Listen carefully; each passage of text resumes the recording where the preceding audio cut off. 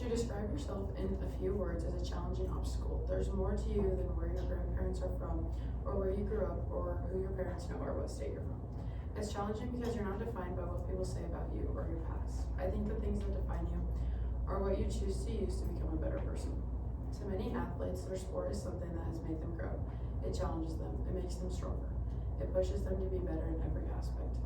But it's not who they are in every context. There are many notions around what people think it means to be an athlete, whether you play 10 sports or one sport.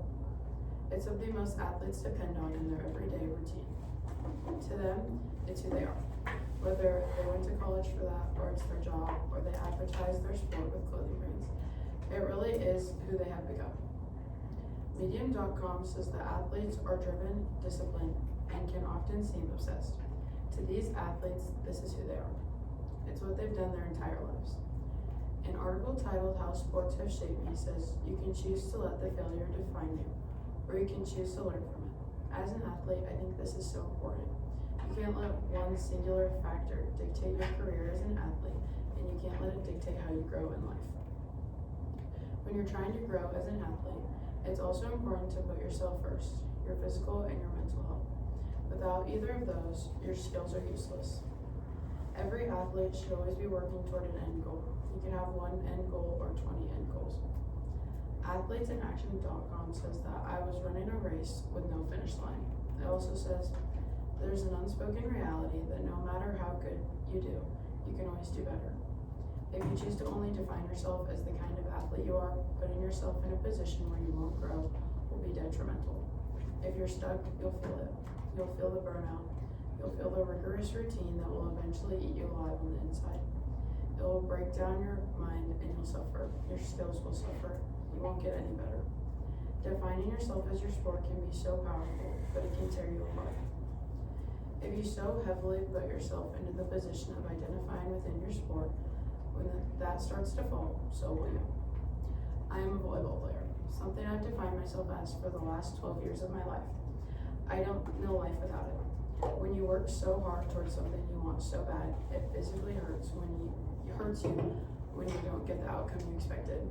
It's physical stress and it's mental stress.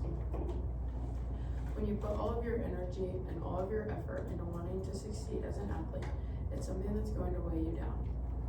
You push yourself so hard at practice, at the gym, lifting, overworking. You work for every point, every ball, every play. You push the ones around you because you know that you can only go so far without your team. It's a constant battle between you and your mind and your body.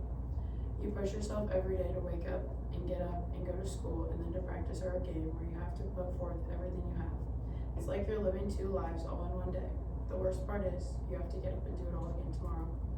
The mental strength and toughness it takes to be an athlete is something only one of its kind would understand. ESPN.com quoted Nebraska volleyball player Harper Murray saying, "That's when I started to realize how much I hated volleyball. So many of the negative comments made me hate myself, and volleyball has been my identity for so long that hating myself and hating volleyball went hand in hand."